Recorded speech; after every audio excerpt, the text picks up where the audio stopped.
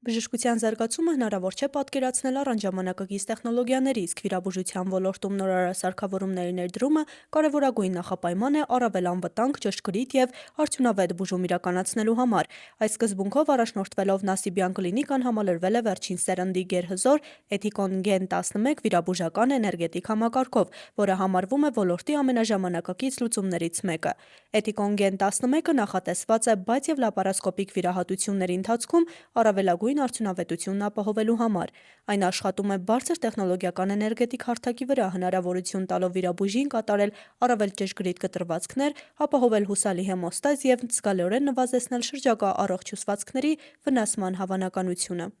Ուրեմն ուրախությամբ ուզում եմ հայտնել, որ Նասիբյան կլինիկան համալրվեց եւս մեկ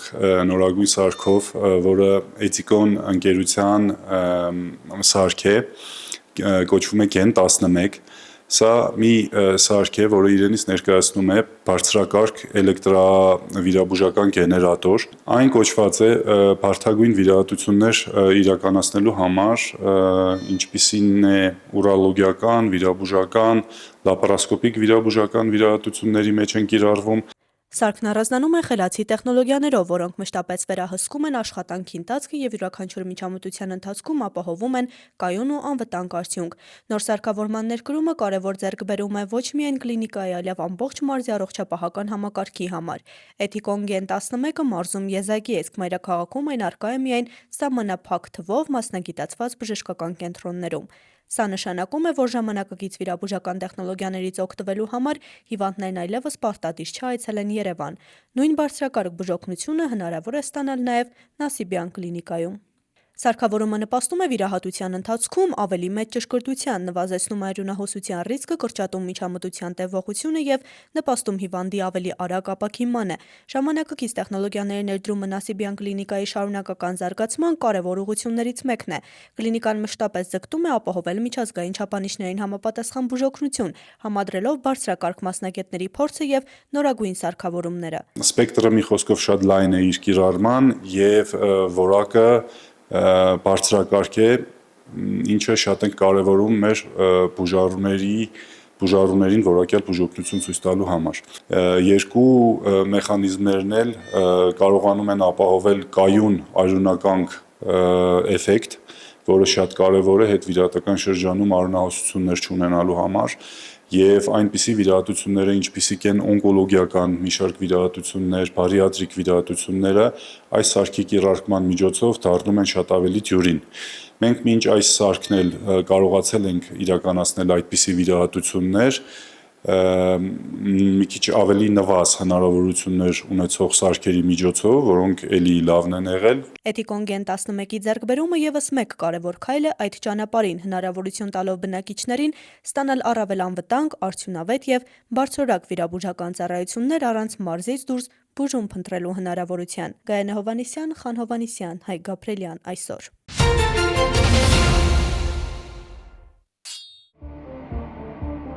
Հայաստանի Հանրապետության հակակոռուպցիոն կոմիտեում իրականացված քրեական վարույթի նախաքննությամբ հիմնավորվել է, որ Վանաձոր համայնքի ղեկավարի պաշտոնը զբաղեցրած անձը պաշտոնեական դիրքն օգտագործել է ծառայության շահերին հակառակ եւ կատարել պաշտոնեական կեղծիք։ Մասնավորապես, նախաքննությամբ պարզվել է, որ 2021 թվականին հիշյալ պաշտոնյան նպատակադրվել է Վանաձոր համայնքին անհատույց սեփականության իրավունքով փոխանցված 3.12 հեկտար մակերեսով հողամասից առանձնացնել դրա մի մասը եւ օրենսդրությամբ սահմանված կարգի խախտմամբ այն օտարել Վանաձոր քաղաքի բնակչին։ Հանցավոր մտադրությունն իրագործելու նպատակով հիշյալ պաշտոնատար անձը փոխել է նշված անշարժ գույքից առանձնացված տարբեր մակերեսներով հողամասերի գործառնական նշանակությունը եւ դրանց տրամադրել հասցեներ։ Այդ կերպ նշված հողամասերն առանց մրցույթի կառուցապատման իրավունքով տրամադրելու համար ստեղծելով արհեստական հիմքեր։ Այնուհետև պաշտոնական փաստաթղթերում կեղծ տեղեկություններ ներառելու եղանակով նույն պաշտոնյան Վանաձոր քաղաքի Տիգրան Մեծ պողոտայում գտնվող հողամասերն առանց ավականու որոշման ուղղակի վաճառքի եղանակով օտարել է Վանաձոր քաղաքի բնակչին, որի հետևանքով համայնքը զրկվել է համայնքային սեփականություն հանդիսացող 24 միլիոն 890 հազար դրամ շուկայական արժեքով գույքը տնօրինելու հնարավորությունից։ Վանաձոր համայնքի նախկին ղեկավարին մեղադրանք է ներկայացվել։ Նրա վերաբերյալ նախաքննությունն ավարտվել է եւ քրեական վարույթը մեղադրական եզրակացությամբ ուղարկվել է հակակոռուպցիոն դատարան։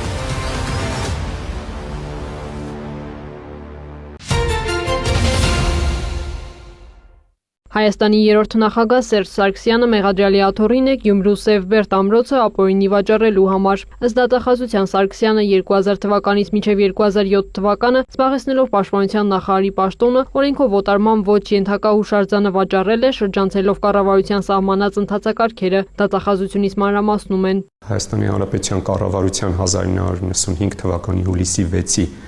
համապատասխան կարգադրությամբ Շիրակի մարզի Գյումրի քաղաքի Սևբերտ ամրոցը եւ դրա հարակից շուրջ 25 հեկտար հողատարածքը հատկացվել է պաշտպանության նախարարությանը որպես պետական սեփականություն։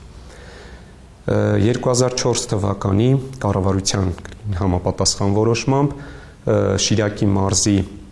պատմության եւ մշակույթի հուշարձանների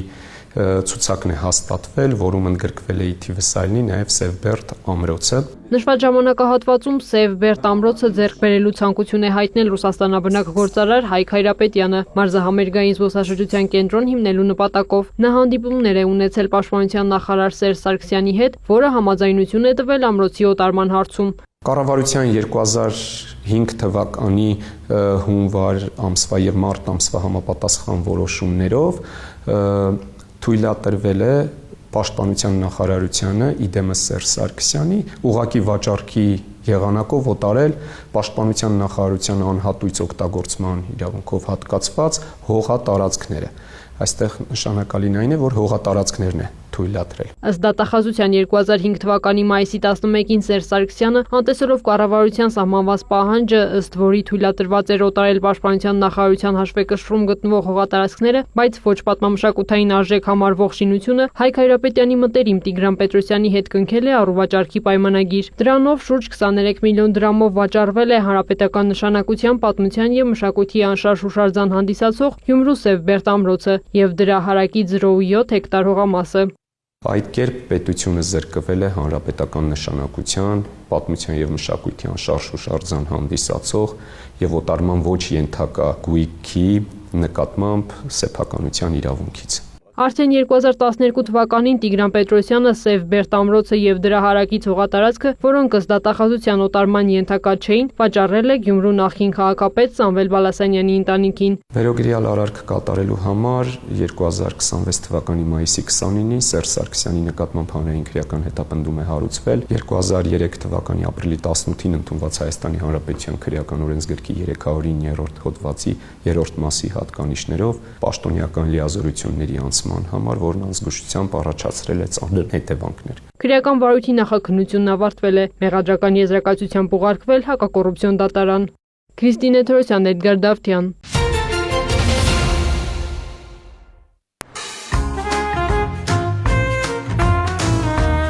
Նոր զգացողությունների փնտրտուքը ճանապարհորդել սիրող ֆիլիպինցի զույգին այս տարի Հայաստան է բերել։ Երևանում են մի քանի օր եղել, Սևան են գնացել, Իջևան առավոտյան են եկել, Գինեբույր միջավայրում մի թեթև արփեսլող տուրի մասնակցել, հիմա ճաշն են վայելում, բացահայտումները շարունակելով արդեն սեղանի շուրջ։ Առաջին անգամ ենք ճագարի միս փորձում, շատ համեղ է։ Գեղեցիկ, սիրտ ջերմացնող, համեղ։ Տեսողական, զգայական եւ համային 3 տպավորություններն են, որ երիտասարդ զույգը Հայաստանից իր հետ կտանի, սրտում վառ կպահի։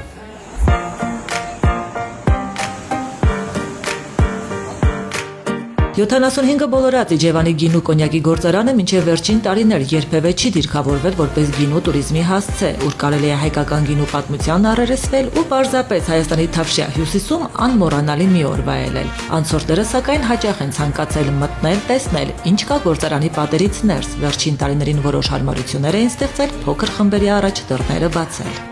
Մինչ նախորդ տարին մեր հյուրերին հյուրընկալում ենք այս փոքրիկ համտեսի սրահում, որը ունի ընդամենը 45 հոգու հյուրընկալության հնարավորություն, սակայն դեռևս նախ անցած տարի ցուցանիշները ցույց տվեցին, որ պահանջարկը շատ ավելի մեծ է եւ մենք էքստրեմալ պետք է միջոցներ ձեռնարկենք, որ հնարավորինս շուտ նոր համտեսի սրահը պատրաստ լիներ հյուրեր ընդունելուն։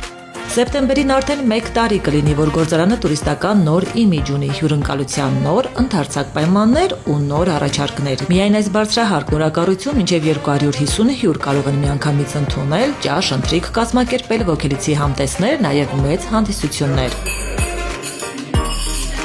Հին ու նոր մառաններն էլ միշտ հյուրաշատ են, գինու տուրերն անընդհատ շուրջ տարին։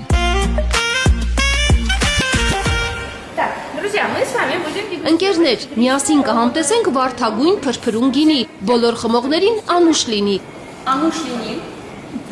Հուսով եմ գինին ձեզ դուր կգա։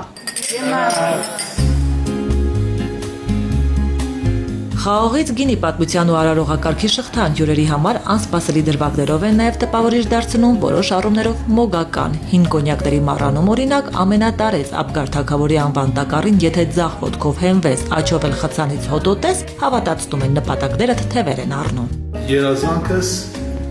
կատար։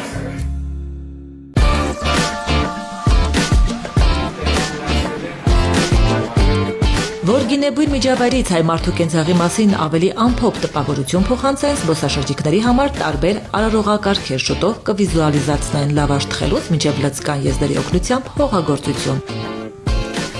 Հյուրերին զվարճացնող գրավող կենդանիներ էլ տարածքում ունեն էքսկլյուզիվ տեսակների մեկը հենց մինի ապալուզան։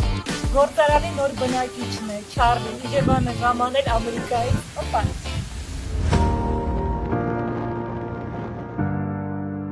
Տավուշի զբոսաշրջային քարտեզը Իջևանից անդին հագեցած է կանչող այլ հասցեներով, այդ թվում պատմամշակութային։ Անտառամեջի ճանապարհը Աչաջուր գյուղից ընդամենը 3 կիլոմետր հեռու Մակարավանք է տանում։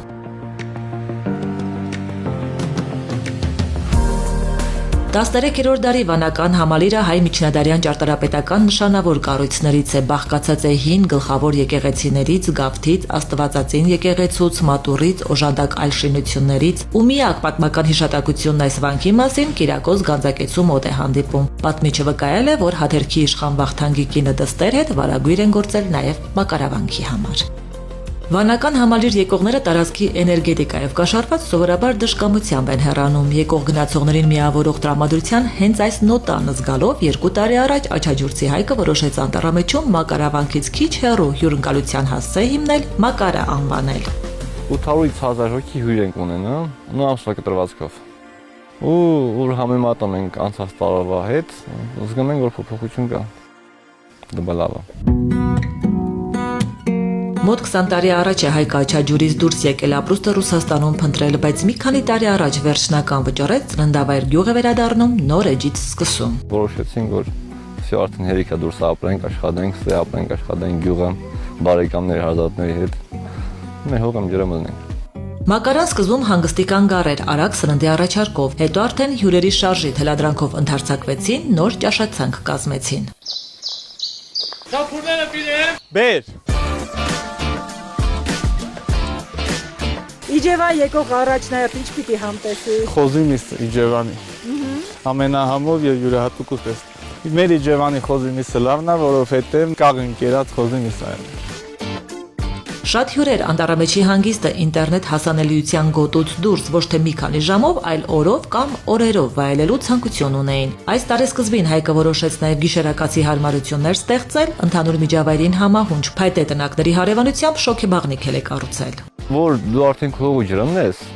դա արդեն շատ հանգիստ ես։ Դա զգանում ես, որ դա քոնն է, թեկուզ եւ մի փոքր, բայց քոնն է։ Աչաջուր վերադառնալու այս հյուրատուն սարքել, այս ռեստորան սարքելը իմ ճիշտ որոշումներից մեկն է, ամենակարևոր։ Հյուրերի գոհնակությունը գոտ է պնդում է օտարության մեջ ապրելու տարիներին մտմտածն ավելի համարձակ նյութականացնել թևեր տալ երազանքների, որոնք մի ժամանակ անիրական էին թվում։ Միացյալ Նահանգները կրկին հարվածներ է հասցրել Իրանին, երկրի կենտրոնական հրամանատարության տվյալով նպատակն է թույլատրել Իսլամական Հանրապետության ռազմական ներուժը եւ թույլ չտալ հարվածել Հորմուզի նեղուցով անցնող նավերին։ Թիրախավորվել է Խոմեյն քաղաքի արվարձանում գտնվող արդյունաբերական օբյեկտ, պայթյուններ են որոտացել Շիրազ քաղաքում։ Իրանական կողմն էլ հարվածել է Քուվեյթում, Հորդանանում, Սիրիայում օբյեկտների, Բահրեյնում վնասվել է Ամազոնի տվյալների կենտրոնի ենթակառուցվածքը։ Նաեւ ԶԼՄ-ների տվյալով իրանական ուժերը Հորմուզի նեղուցով անցնող նավթային լցանավի են հարվածել։ Իրանի նախագահ Մասուդ Փեզեշքյանը դիմել է իրանցիներին, կոչ արել միասին առաջ շարժվել եւ ոչնչացնել Իսրայելին եւ Միացյալ Նահանգներին։ Դոնալդ Թրամփն էլ սպառնացել է զանգվածային եւ բազմակի պատասխան տալ Իրանին յուրաքանչյուր ամերիկացի զինվորի մահվան համար։ Համապատասխան հրահանգը փոխանցվել է պաշտպանության նախարար Փիթ Հեքսեթին եւ այլ պաշտոնյաների, շեշտել է ԱՄՆ նախագահը։ Մեծ Բրիտանիայի նորանշանակ վարչապետ Էնդի Բըրնհեմը սկսել է ձևավորել իր կաբինետը։ Ջոն Հիլին, որը մեկ ամիս առաջ հրաժարական էր տվել պաշտպանության նախարարի պաշտոնից, քանի որ դժգոհ էր բանակի եւ նավատորմի ոչ բավարար ֆինանսավորումից, նշանակվել է ֆինանսների նախարար։ Էդ Միլիբանդը նշանակվել է արտաքին գործերի նախարարի պաշտոնում։ Առաջին օտարերկրյա առաջնորդները, որոնց հետ վարչապետ Բըրնհեմը հեռախոսազրույցներ է ունեցել, եղել են ԱՄՆ նախագահ Դոնալդ Թրամփը, Ուկրաինայի նախագահ Վոլոդիմիր Զելենսկին եւ Եվրոպական հանձնաժողովի նախագահ Ուրսուլա ֆոն դեր Լայենը։ Զելենսկին հույս է հայտնել, որ Ուկրաինային Մեծ Բրիտանիայի աջակցությունը կլինի շարունակական։ Մեր երկրները կառուցել են ամենաամուր գործընկերությունը, մոտ ապագայում կհանդիպենք եւ կքննարկենք հետագա համագործակցությունը, այդ թվում հակաօդային պաշտպանության ոլորտում, նշել է Ուկրաինայի նախագահը Բըրնհեմի հետ հեռախոսազրույցից հետո։ Դոնալդ Թրամփի հետ հեռախոսազրույցում էլ Մեծ Բրիտանիայի նորանշանակ վարչապետը Սպիտակ տան ղեկավարին հրավիրել է Մանչեսթեր։ Ըստ ամերիկյան մամուլի Թրամփը չի մերժել հրավերը։ Դոնալդ Թրամփը գործադիր հրամանագիր է ստորագրել, որով լրացուցիչ 50%-ի մաքսատուրք է սահմանում կանադական որոշ ներմուծումների վրա։ Որոշումն արդեն ուժի մեջ է մտել։ Ըստ ամերիկյան կողմի այն պատասխանն է ամերիկյան ավտոմեքենաների, կաթնամթերքի եւ այլ արտադրանքի նկատմամբ կանադական մաքսատուրքերի, որոնք Սպիտակ տան համոզմամբ խտրական են։ Թրամփի վարչակազմը պնդում է, որ Կանադայի հայտարարած սահմանափակումների հետևանքով ամերիկյան ավտոմեքենաների արտահանումը մոտ 22%-ով անկում է ապրել։ ԱՄՆ նախագահի թիմը հուսով է, որ նոր մաքսատուրքերը կստիպեն Օտավային վերանայել իր առևտրային քաղաքականությունը։ Ավելի վաղ Դոնալդ Թրամփը Կանադային սպառնացել էր, որ կբարձրացնի մաքսատուրքերը, եթե երկրի իշխանությունը չպայքարի երկրում անտառային հրդեհների հետևանքների դեմ, քանի որ դրանց ծուխը վերջին օրերին պարուրել է Միացյալ Նահանգների տարբեր քաղաքներ։ Նրա խոսքով ԱՄՆ ներթափանցում գարշելի, կեղտոտ եւ վնասակար օդ, ինչն անընդունելի է։ Թրամփը նաեւ նշել է, որ Օտավան կարող է փոխհատուցում տրամադրել ԱՄՆ-ին։ Նիկարագուայի նախագահ Դանիել Օրտեգան հայտարարել է, որ երկրում այլևս ընտրություններ չեն անցկացվի։ Reuters-ի փոխանցմամբ Օրտեգան նշել է, այդ որոշումն անհրաժեշտ է, որպեսզի ընդդիմությունը չգա իշխանության։ Այստեղ այլևս ընտրություններ չեն լինի, որպեսզի նրանք չփորձեն գրավել կառավարությունը, ասել է նախագահը։ Թե ինչպես է դա ամրագրվելու օրենսդրորեն, Օրտեգան չի պարզաբանել։ Երկրից դուրս գործող ընդդիմության ներկայացուցիչները հայտարարել են, որ նման որոշման մեջ տեսնում են թուլություն եւ մրցակցությունից ազատվելու փորձ։ Դանիել Օրտեգան, որն այժմ 80 տարեկան է, առաջին անգամ պետության ղեկավարի պաշտոնը ստանձնել է 1981 թվականին։ 1990-ից մինչև 2006 թվականը եղել է ընդդիմության շարքերում։ 2007 թվականին նա կրկին դարձել է նախագահ եւ վերընտրվել նախագահի մյուս ընտրություններում։ Դիանա Գասպարյան, Երևանի Սուրբ Աստվածամայր եւ Գավառի բժշկական կենտրոնների գործակցության շրջանակում Մայրաքաղաքային բուժ հաստատության նեղ մասնագետների հերթական այցն է Գավառ, նյարդաբան, դիմացնոտային վիրաբույժ, նեյրովիրաբույժ, գաստրոենտերոլոգ, վնասվածքաբան եւ ֆիզիոթերապևտ։ Այս կազմով այցելած բժիշկները սպասարկում են հիմնականում փոքրիկ բուժառուներին։ Բոլորը մանկական նեղ մասնագետներ են, որոնք մենք կարիքը շատ ունենք եւ տեղում մեր բնակիչներին, մեր երեխաներին ցուցաբերում են խորհրդատվություններ, հետագա բուժման տակտիկան է որոշվում, կարիքի դեպքում արդեն այցելելու են Երևան, նեղ ավելի պրոֆիլով մասնագետներ են։ Զննեցինք բավականին բուժառուներ, կատարեցինք խորհրդատվություններ, քննարկեցինք ձեր բժիշկների հետ, որոնք շատ բանիմաց են եւ պատրաստական։ Իրականում ես սպասարկում եմ մանկական խումբը, բայց նաեւ մեծահասակների զննեցի, բավականին արդյունավետ էր։ Արագ փոփոխվող աշխարհում նույնքան արագ էլ փոփոխվում է առողջապահության ոլորտը։ Առաջատար տեխնոլոգիաներն իրենց հետ բերում են հիվանդությունների վաղ հայտնաբերման, կանխարգելման ու բուժման նոր մեթոդներ։ Բուժհաստատությունների միջև գործակցությունը հնարավորություն է տալիս դրանք տարածելու, միմյանց փորձին ծանոթանալու եւ բուժման ընթացքն առավել արդյունավետ դարձնելու։ Գաղտնիք չէ, այսօր բոլորը կարիք ունեն նոր մեթոդաբանության, նոր տեխնոլոգիաների կիրառման, հնարավորությունների հետ կապված քննարկումների, նոր ուղեցույցների կիրառման, այդ ամեն ինչը ամփոփելու ենք այս բժշկական կենտրոնում։ Միանշանակ լավ ազդում հիվանդների նախառողջության վրա առաջին հերթին, որովհետև կարողանում ես տալ նեղմասնագիտական որակավորված բժշկական բուժօգնություն, խորհրդատվություն եւ տեղի նեղմասնագետների բացակայության պատճառով թեկուզ ընդհանուր վիրաբույժներին կամ ընդունարանի էմերջենսի աշխատողները արդեն սովորում են նեղ մասնագիտությունը, նեղ մասնագիտական տրավմաները կամ գոյացությունները ինչպես վարել, ինչ ուղղորդում տալ, ինչից սկսել եւ վերջնարդյունքը ինչին պետք է հասնենք։ Հյուրընկալված մասնագետներն իրականացնում են խորհրդատվություն, տեղում բուժման ենթակա դեպքերի վարումը հանձնում բժշկական կենտրոնին, իսկ առավել նեղ մասնագիտական բուժման կարիք ունեցող բուժառուներին ուղղորդում մայրաքաղաքային հաստատություններ։ Անահիտ Կարյան, Սարգիս Ալավերդյան։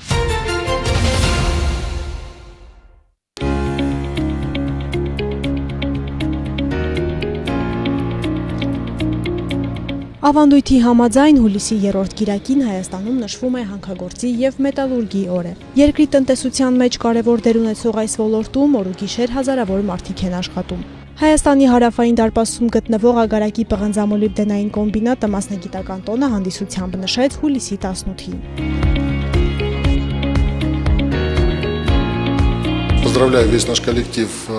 Շնորհավորում եմ ամբողջ անձնակազմին։ Նախ եւ առաջ բոլորին մաղթում եմ առողջություն, արտադրական հաջողություններ, երկար տարիների արգասաբեր աշխատանք։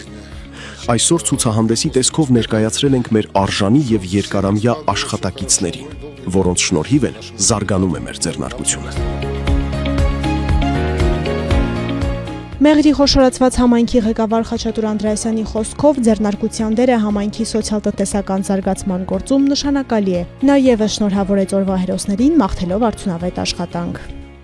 Ագարակի պղնձամոլիբդենային կոմբինատում աշխատում է շուրջ 1200 աշխատակից, որոնցից երևի 1100-ը մեր համայնքի բնակիչներն են։ Մենք սերտ կապերի մեջ ենք պղնձամոլիբդենային կոմբինատի եւ Քաջարանի եւ Ագարակ քաղաքի պղնձամոլիբդենային կոմբինատի տնօրենության հետ եւ միասին մեծ գործեր ենք նախաձեռնում եւ Ագարակ քաղաքում եւ Մեղրի քաղաքում։ Տոնական միջոցառման շրջանակում Ագարակի պղնձամոլիբդենային կոմբինատի ավելի քան 50 աշխատակից արժանացավ պարգևների եւ շնորհակալագրերի, երկարամյա բարեխիղճ գործունեության, բարձր պրոֆեսիոնալիզմի եւ ձեռնարկության զարգացման հարցում ունեցած նշանակալի ավանդի համար։ Մեծ գոհունակություն ապրեցին։ 40 տարի աշխատում եմ ու շատ շնորհակալ եմ մեր բոլոր ղեկավարությունից։ Այսքան տարի աշխատել են, կարևոր է նա տնօրենության կողմից նշվում է, էլի, գնահատում է։ Մեզ առաջինը խաղաղություն ու անվտանգ աշխատանք։ Ճիշտ ասած մի քիչ հուզված եմ, բայց շատ շնորհակալություն աշխատանքս գնահատելու համար։ Հանդիսավոր միջոցառմանը մասնակցեց նաև Զանգեզուրի պղնձամոլիբդենային կոմբինատի գլխավոր տնօրեն, Ագարակի պղնձամոլիբդենային կոմբինատի տնօրենների խորհրդի նախագահ Ռոման Խուդոլին, պարգևատրելով ընկերության աշխատանքի վետերաններին։ Поздравляю всех с этим замечательным праздником. Շնորհավորում եմ բոլորին, մենք մեծ ընտանիք ենք։ Այս տոնն ինչ որտեղ արդյունքների ամփոփում է, միշտ կա հպարտանալու առիթ։ Ինչքան փորձությունների ճգնաժամերի միջով ենք անցել եւ մշտապես հաղթահարել դրանք արժանապատվոր են։ Այնինչ հիմա անում է կոմբինատը, քաջատեղյակ եմ, արդիականացում, նոր տեխնոլոգիաների ներդրում եւ այս ամենը նրա համար, որ մեզ հաջորդող սերունդներն աշխատելու հնարավորություն ունենան։ Համայնքի ղեկավարը Զանգեզուրի պղնձամոլիբդենային կոմբինատի գլխավոր տնօրեն Ռոման Խուդոլին պարգևատրեց Արգիշտի առաջինի արծաթե հուշամեդալով, իսկ Ագարակի պղնձամոլիբդենային կոմբինատի գլխավոր տնօրեն Ալեքսանդր Բելյաևին Ալեքսանդր Սպենդիարյանի բրոնզե մեդալով։ Автор первой армянской оперы. Տոնական միջոցառումը դարձավ լեռնահանքային եւ մետալուրգիական ոլորտի մասնագետների աշխատանքն ու ներդրումը արժևորելու եւս մեկ առիթ։ Նախտում եմ բոլորին քաջ առողջություն, երկար տարիների կյանք, թող այս կոմբինատը ոչ մի անգամ չկանգնի, անդադ աշխատի, մարդիկ գեղեցիկ գնան իրանց աշխատանքին, կան գեղեցիկ բարեկեցիկ կյանքով ապրելնի։ Զգացվածեք, որ ամեն տարի մետալուրգիայի օրը արդիվ գալիս եք, մեզ ուրախացնում։ Թող լավ լինի, խաղաղություն լինի, բոլորին, այն որ ես աշխատել եմ, գիտեմ, ես այսպես շնորհակալ եմ։ Միջոցառման պաշտոնական հատվածին հաջորդեց տոնական համերգը։ Երգիչներ Սոնան եւ Էրիկ Կարապետյանը ապահովեցին երեկոյի բարձր տրամադրությունը հաճելի պահեր պարգևելով ներկաներին, իսկ շքեղ հրավառությունը եզրափակեց շատերի համար անմոռանալի օրը։ Աննա Մելքումյան, Ռոբերտ Օհանջանյան։ Հուլիսի 13-ից 20-ը մայրաքաղաքում իրականացված ծառայության ընթացքում Երևանի պարեկները հայտնաբերել են ճանապարհային երթևեկության կանոնների 4203 խախտում, պահպանվող հատուկ տարածք տեղափոխելով 142 ավտոմեքենա, մասնավորապես հայտնաբերվել է ոչ ստապ 200 վարորդ, առանց վարորդական իրավունքի վկայականի 125 անձ, հայտնաբերվել է հաշվառման համարնիշի հետ կապված 33, չամրակապված վարելու 659, առանց մանկական նստատեղի քարսիթի 25, վարելու ընթացքում ծխելու 524, վարելի սեռախոսից օգտվելու 261, հետիոտնի ոչ սահմանված վայրով անցնելու 18 եւ 1515 այլ իրավախախտում, 14 մեքենա շահագործվել է առանց ապա պայմանագրի, 70-ը տեխնիկական զննություն չանցած, 51-ը լուսարձակների անսարքությամբ, 42-ը թաղանթապատված դիմապակիով եւ կողային ապակիներով։ Բացի այդ, տարբեր կասկածանքներով ձերբակալվել ու համայնքային ոստիկանության բաժիններ է տարվել 76 անձ։ Նույն ժամանակահատվածում մարզերում պարեկները հայտնաբերել են ճանապարհային երթևեկության կանոնների 15363 խախտում, պահպանվող հատուկ տարածք տեղափոխելով 203 տրանսպորտային միջոց, հայտնաբերվել է ոչ ստապ 316 վարորդ, առանց վարորդական իրավունքի վկայականի 360 անձ, հայտնաբերվել է հաշվառման համարնիշի հետ կապված 74 չամրակապված վարելու 4413, առանց մանկական նստատեղի քարսիթի 344, վարելու ընթացքում ծխելու 582, վարելի սեռախոսից օգտվելու 685, հետիոտնի ոչ սահմանված վայրով անցնելու 77, արագության գերազանցման 2685 եւ 4694 այլ իրավախախտում, 68 ավտոմեքենա շահագործվել է առանց ապա պայմանագրի, 473-ը տեխնիկական զննություն չանցած, 541-ը լուսարձակների անսարքությամբ, 113-ը թաղանթապատված դիմապակիով եւ կողային ապակիներով, 20 վարորդ ուղղանվել է վարելիս նվագարկչի ստանդարտին չհամապատասխանող լրացուցիչ ուժեղացուցիչներ օգտագործելու համար, բացի այդ տարբեր կասկածանքներով ձերբակալվելու համայնքային ոստիկանության տարածքային բաժիններ է տարվել 45 անձ։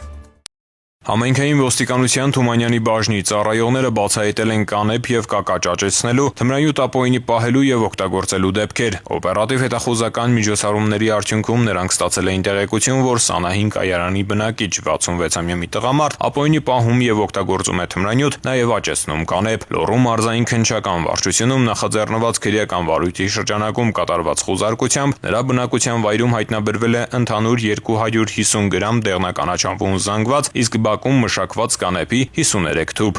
Նմանատիպ մեկ այլ տեղեկության հետքով Թումանյանի համայնքային ոստիկանները մեկնել են Աքորի գյուղ, քրեական վարույթի շրջանակում կատարված զննությամբ 74-ամյա տղամարդու բնակության վայրում հայտնաբերվել է դեղնականաչավուն զանգված, ափիոնի նմանվող 30 գնդիկ, 442 գրամ ընդհանուր քաշով խաշխաշի գլխիկ, խաշխաշի 39 ծղոտ, կակաչի սերմ եւ կակաչի 359 թուփ։ Երկու դեպքով էլ տանտերերը հայտնել են, թե հայտնաբերված թմրամիջոցն անձնական օգտագործման համար է, հանգամանքները պարզվում են։